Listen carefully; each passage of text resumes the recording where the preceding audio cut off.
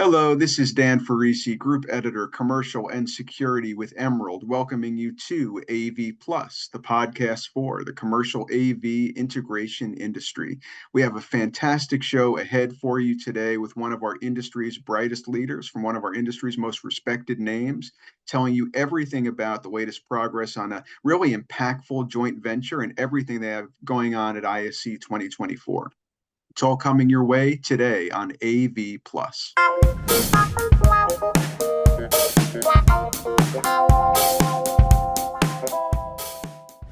Welcome to Todd Bouman, who is EVP ProAV Display Business with Sharp Imaging and Information Company of America. Thank you so much, Todd, for joining me today on AV Plus. It's a pleasure to have you. Yeah, thank you, Dan. It's a pleasure to be with you here today. Look forward to our discussion. I do as well. I know you personally will not be at ISE 2024, but I can't wait to check out what Sharp NEC is going to be showcasing there at booth 3E500. That's 3E500. I know it's going to be a main focus of activity on the show floor, but let's dive right into it because, as I say, there's so much going on. I'd love to get the latest news from Sharp, get an update on the latest progress with the Sharp NEC joint venture, because, as I say, it's been such an impactful collaboration over the last few years. I can't wait to hear how it's progressing and what's going on now. Yeah, you bet. It's been, if you can believe it, almost 3 years that we've been in this joint venture, and a lot of activity. We've been keeping the industry up to date on what's been going on internally around processes and systems and how we improve the way we do business with our partners and our customers, but also internally working on our own structures just to simplify how we operate. And I'm very happy to announce that as of January 1st, all of the Sharp NEC Display Solutions of America employees officially became Sharp employees. So part of the Sharp Electronic Corporation here in the U.S., part of their B2B business, as you mentioned in my title, known as Sharp Imaging and Information Company of America. So again, their B2B side of the business. And really proud to now say that I am a Sharp employee in leading the Sharp ProAV business. And this is really going to benefit, both the market as well as our customers, because we now have clarity in the market, I'll say, of our identity and how we're moving forward, but also how we engage with our customers, that we aren't going to have different processes and different systems. It's all now combined, official, and we're now moving forward as Sharp employees. Of course, there'll still be NEC branded products in the marketplace for, I'll say, a couple of years until the joint venture officially ends. So you'll continue to see the NEC brand, but we'll slowly be migrating everything from monitors to even digital cinema will all carry our new Sharp brand. So very exciting times. It's a big milestone to put a lot of the busy work around the joint venture behind us. And now we can truly focus on improving the customer experience and coming out with some great products and technology that the experts in Japan from an engineering perspective are working hard for us. And we're looking forward to bringing those to market, some of which you'll see at ISE. Really, really exciting. And I know you mentioned the customer experience and the integrator experience, of course. I know that's something that is foremost in your mind. So bringing that clarity to the market, I think, adds a lot of value, while at the same time, as you say, clarifying that for the immediate term, for the next year or two, or whatever the time period is, we will continue to see NEC branded products and Sharp branded products sold in the AV market, the same people, the same resources, the same people, essentially the same infrastructure that people have been relying on, that people have been benefiting from. None of that is going to change. Everything they enjoy is still going to be there, right? Yeah, that is 100% correct, right? And that goes not only from the customer-facing piece of what we do here in the U.S. market from a marketing and a sales perspective, right? All the same great people that our partners are used to working with and customers. But it goes back to Japan too, right? So taking the best of both worlds from both Sharp R&D and NEC and R&D, bringing those teams together and co-developing new products together, right? So it's all the great people behind the brand that have been there, that will continue to be there for both brands, right? For both NEC as well as Sharp. I think what's important to call out too is that it's not just from a product, hardware, customer-facing perspective, but also service and support, right? The same teams that are providing the great service and support to the industry and to our customers, those teams are still in place as well. So as you mentioned, it's 100% the same teams that have been dedicated to this business for many years. And really the same teams that make this joint venture so powerful, because you're bringing together such incredible minds, incredible resources, incredible R&D, and you can see in the product selection, the technology innovation, the fruits of all of that, and have for years now. Yeah, for sure. And it's been just a great blend of products between the brands. There was a little bit of overlap, but from the beginning of the joint venture, the roadmaps really slid together in a nice way to fill some gaps that both brands had. And now I'm proud to say we've got one roadmap with, yes, both brands, but it's one single roadmap that will migrate over to our great Sharp brand in the near future. That's exciting. And it makes me think about a podcast we did a few months ago, maybe several months ago at this point, disambiguating, commercial TVs versus professional displays. The fact that you really do have, collectively between you, products in every single category, from the more economical end to the very high end, mission critical 24/7 end. I think that's really impactful. I do want to also talk about business strategy, though, because I know that it's a very strategic business approach that you are taking as an individual and your organization is taking overall. Can you talk about some of the pillars of that strategy? I think all of those are pretty much remaining the same, right? They are. I've been with the company just about 9 years now, and we put these pillars in place when I joined. And with the strategy, it's about the longevity of the strategy. You're continuously working towards a common goal, common strategy, right? So these three pillars have been in place for quite some time, and will continue forward, right? And it's the three pillars. Just briefly, it's focused on solutions, right? So hardware obviously is foundational to our business, as we talked about. We take a lot of pride in the breadth of the portfolio of products that we offer, right, in a variety of different AV spaces. So we take a lot of pride in that hardware. But the three pillars focused on solutions, right? So it's always a little bit more than hardware. While we think hardware is great, customers and partners are looking to solve problems, and our technology helps to solve those problems. And we do that focused on solutions, right? Use cases and how our products can be used in the industry, and work with our partners around key solutions that we can bring to the market, right? And an example of some of those would be around remote device management, collaboration, whether that be in classroom or even at a corporate office level. And then the big buzzword that I'll use around AI, right? And how do we start to deploy AI in the AV space, where lots of applications for AI, and we're currently working on some of those applications as we speak. So pillar number one is around solutions. Number two is about being easy to do business with, right? We don't want to be complicated. We take a look at our business from the outside in, and look at how our partners and customers are engaging with us. And we really want to simplify that engagement model, right? If we become too complicated, people get frustrated, and it tarnishes the brand. And I think we've done a pretty good job at simplifying and being flexible and adaptable to how our customers want to work with us. And that's not just from a sales engagement perspective, but also internal processes, right? So, how do we manage invoicing, right? And that's been a complicated topic as we started the joint venture in the beginning, right? Where we had different processes, but now that's all been combined, and simplifying that model. But even supply chain, right? Where we don't have two different supply chain models, that's been combined into a simple single model. And leveraging the resources that we have in really a broader B2B business through Sharp, right? They have a very big printer and copier business, and we're able to leverage a lot of that infrastructure to really improve how we engage and do business. And lastly, the third pillar, which is really important to me, is how we engage globally. As we know, the world continues to get smaller, and we acknowledge and recognize that our partners have a global reach. It used to be very regional, yes. It kind of expanded nationally over many years, and now the reach is global, and our customers are driving that, right? Our collective end user customers are expanding their businesses. And so how we support our partners globally is really, really important to us. And it's not just from a sales perspective. It's easy to sell across borders, but when it comes down to service and support, and having clearly defined service level agreements, and even pricing, common pricing across common SKUs, right? very important globally, and we're able to execute that, and we do it quite well, and consider that to be one of our core differentiators, and we'll continue to expand that going forward in the years to come.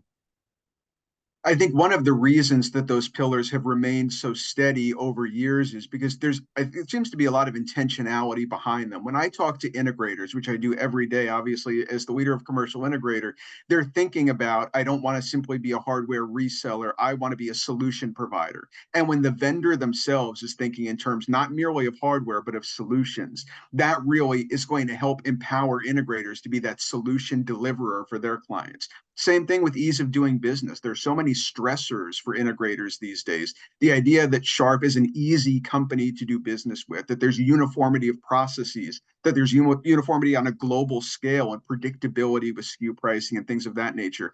It just takes a little bit of stress off integrators' back. It makes you a more appealing partner, not just for your technology, of course, which is top of the line, but also because it is a company that it is a pleasure to do business with. I think, is that one of the reasons that these have been bedrock pillars for so long? There's really not been a need to give them a facelift or an upgrade, has there been? No, there really hasn't. And as I mentioned, it's given something for the entire company to really rally around, right? And it's resonated, to your point, well with our integrator partners, right? It is pain points that they experience, and they've got enough challenges working with end customers and deploying the technology successfully. We want to try to take away as much of the back end pain, I'll say, as possible, so that they can focus on the customer, right? Because when we're both focused on the customer, the end user customer, then we're both successful, right? And when there's a happy customer, that reflects not only on the great integrators that we work with, but it reflects on our brand as well, which is what we're really looking for, right? And really coming alongside our partners and helping to understand their business and how we can help them to succeed as well. Well, the word you use there is partner, and I think that's really the salient term here. End users want their integrator to be their indispensable consultative partner, but at the same time, integrators want their vendors to be their invested consultative partner. And it seems like that's something that you not only are embracing now, but have for a long time. I think that's a real differentiator. When integrators go into the marketplace and they have a choice of the vendors they work with, I think they're looking for people who have that partner mindset. Yeah, for sure. We talk a lot about it internally from a sales and marketing perspective of being that trusted advisor, right? We want to be trusted that we will help and support and make sure that again, I can't say it enough that we have the collective end user customer, right? So we don't feel as though we're distanted from that end user just because we're working with an integrator. We feel just as passionate about that customer as our partner does, right? So it's really being that trusted advisor, not only to our partner integrator, but also to the end user, to make sure that we're all on the same page and working towards the same goal, which is again a successful deployment, so our customers are solving their problems, right, and solving their pain points. Tightly aligned for successful deployment. That's what it's all about. I do want to talk, just to shift gears a little bit, about what's coming up. We're still at the relative dawn of a new year, and 2024. People are thinking about what's going to be coming up. What are the trends? What should I be excited about? I'm thinking about DV LED, for example. That's going to be a big focus area for a lot of companies. A whole lot of conversation about sustainability. That's something that's on the tip of everyone's tongues. So I'd like to know what Sharp has in mind, what you have in mind. What are the big trends you're going to be leaning into for 2024? Yeah, sustainability is huge, and we all play a part in that in different areas, right? And you'll continue. We had that message at Infocom and even ISE last year. We're continuing with that messaging as we go into ISE and Infocom coming up. But sustainability is key, and kind of tying into some of our product category focuses. Direct view LED, as you mentioned, is just huge, right? That is the significant growth area in the AV space. Not that other product categories aren't important or irrelevant, right? It's just another tool in the AV toolbox of how we solve customer problems of displaying content, right? So direct view LED is going to be and has been a significant focus, but even more so as we go into 2024 looking at fairly rapid growth and expansion in that category. And tying, sustainability into that, we have a new low power FE series that we're bringing to market that actually runs at 60%, up to 60% less power than the old FE series. So just a huge sustainability message there. We're excited about that.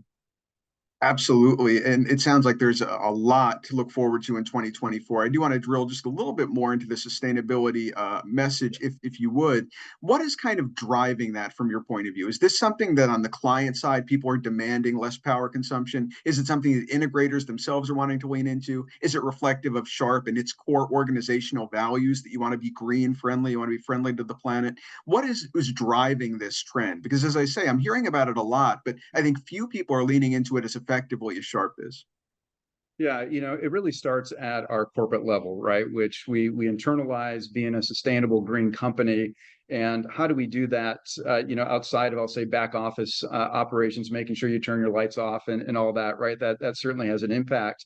But what can we do from a development perspective to help, I'll say, our customers reach their sustainability goals, right? And part of that in this case with DirectView LED, right, is R&D and developing around a more efficient diode that allows us to have just much lower power consumption than we've had in the past, right? So it starts at the corporate level, translates then into R&D and development. But I'd be remiss to say that it's just us, right? We're hearing it from the market as well. Integrator partners as well as customers are also asking us to help solve some of their sustainability problems. So listening to their pains and their pain points, we're able to come out with technology, again, in this case, DirectView LED, that can help to message that whole sustainability goal.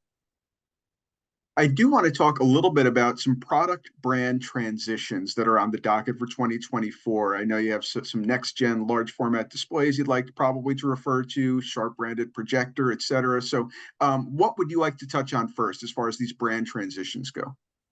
Yeah, we have a number of transitions, and as I mentioned before, the brand is going to fully transition from NEC to Sharp in the future, right? So at the end of the joint venture, 100% of our roadmap across all products will be under our great Sharp brand. So, we're taking steps to make that happen. Part of it is with new product launches. Other part of it is with product refreshes.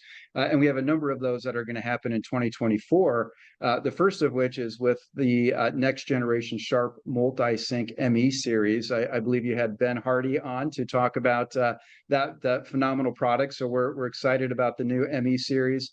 And that will be a big transition, big Sharp, and that was co-developed, right, in the joint venture. So it's not just taking the brand off and putting another brand on. This is the true development cycle now that we're experiencing with our new R&D teams. So that will be the first, again, the next generation Sharp multi-sync ME series. Of course, we've got other products and just monitors, as we've talked about. So projectors in our entry installation class will also begin to transition in 2024. So we'll have our first Sharp branded projector, which is exciting in that category. And then late in the year, we're going to be transitioning the Message series lineup to Sharp as well with next generation displays. So a couple big moves there, and it's great to be able to get the word out so that it shouldn't be a surprise to our partners and our customers. I think they're pretty well now versed around the transitions and what to expect to come. But now we're actually seeing the brand starting to migrate onto the product, which is exciting. Yeah, it really is exciting, and I appreciate how actively the Sharp team and you are communicating about the roadmap, about the planned phasing eventually of NEC purely to being Sharp branded products, making sure, as you say, there are no surprises either on the end user side, on the integrator side, complete candor and explicitness about this is what our roadmap is, this is how it is going to serve you. And at the same time, you're going to have all the same people, all the same infrastructure, all the same resources you've always enjoyed to empower your business and deliver the excellent outcomes that you expect of yourself and that your customers expect of you.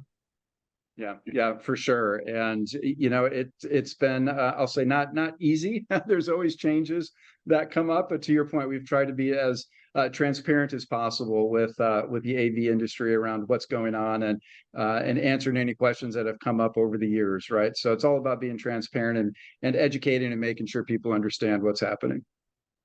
So the timing of this conversation is, of course, not coincidental. We're pretty much right on the cusp of ISE 2024 in Barcelona, the biggest commercial AV trade show of the year on a global basis.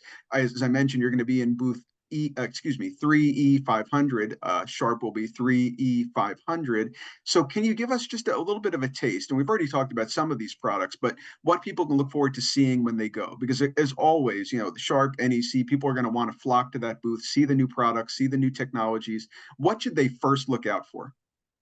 Yeah, first thing would be to be, keep an eye out for DirectView LED. I think it'll be front and center. So I've got to put another plug in for DirectView LED and the low power consumption FE series. So that will be front and center. So keep an eye out for that. But then looking for solutions, right? Again, I mentioned collaboration, right? Actually look at how the technology is being deployed and used across collaboration, device management, a little bit of AI in there as well. So look at how the technology is being used and not just the hardware in and of itself. One product I forgot to mention, and this ties into sustainability as well, that will be front and center at ISE. Are the e-paper color models. So we did share these at ISE last year, as well as at Infocom. Happy to announce that these products will be available. They are real, they exist, and we'll be launching here in the March timeframe. So it's both a 25.3 inch, so slightly larger size, as well as a 13.3 inch. And this is developed in conjunction with actually e-ink, right? So it's leveraging their e-ink technology, but just again, a great sustainability message. It has no power consumption, right? So it has no power while it's displaying the static image.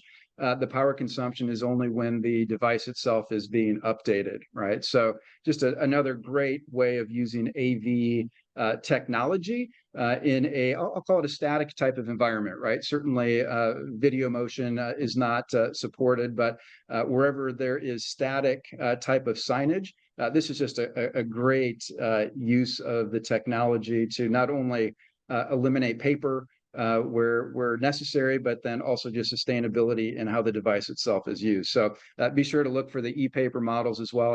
They're pretty impressive. I'm excited about them. I have to say, having seen some of that e-poster technology, I know it wasn't fully available yet at ISE last year, at Infocom last year. I am really excited to know that these are going to be coming to market. I was quite honestly visiting the booth. I was really wowed by it. And I know I couldn't do a whole lot of editorial coverage because it wasn't fully available yet. But to know that it's coming to market and people are going to be able to get their hands on this, I think it's a really powerful and compelling value proposition for a lot of those places where, as you say, you once might have used paper, but this is a whole lot more dazzling and a very energy efficient solution.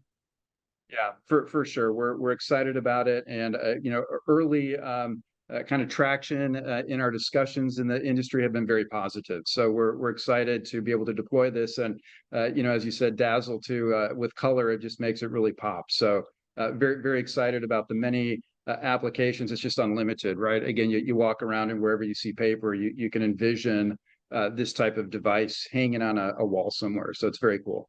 Yeah, yeah. Well, I know you're a very busy man, Todd, especially in the run up to ISE 2024, where Sharp will be one of the 10 poles, one of the biggest manufacturers there in terms of new technology and just audience excitement. But I just want to ask you one last question. As you say, you are now officially a Sharp Imaging and Information Company of America employee, but of course, you're a veteran of the joint venture. You're a veteran of this organization. Just tell me what it's like to be part of this company. What keeps you so motivated and engaged and excited? What makes you want to be there, get up every day and be excited to work for Sharp? Yeah, just love the focus on the AV industry. Not that we didn't have that focus before, but there's a lot of investment in development and R&D in Japan that obviously I can't talk about a lot of it, but a lot more that's happening behind the scenes to really focus on expanding the reach of the AV business. That would be the first thing. The second is to be part of a broader B2B message is just really cool, right? It's not just about deploying AV technology. We do have print copy technology, Dynabook from a laptop perspective. So we have a broader B2B message to the market that honestly I'm hoping our partners also consider and take advantage of as well. Well, I think you have a wonderful story to tell. I can't wait to get to booth 3E500 at ISE 2024 and check out all of this stuff for myself, including, of course, those e-posters I got the chance to look at last year. Now I can write about them, so I'm excited about that. Thank you so much for joining me on AV Plus. A real pleasure to chat with you, Todd, and all the best as the joint venture continues to reach maturation. Excited to see the next developments. Great. Thank you, Dan. It was a pleasure. Such a pleasure to be joined by Todd Bouman, who is EVP, Pro AV Display Business with Sharp Imaging and Information Company of America. My name is Dan Ferrisi, Group Editor, Commercial and Security with Emerald. Thank you so much, as always, for tuning into AV Plus, the podcast for the commercial AV integration industry. Please check back on commercialintegrator.com each and every day for more exciting thought leadership content just like this. Have a great day.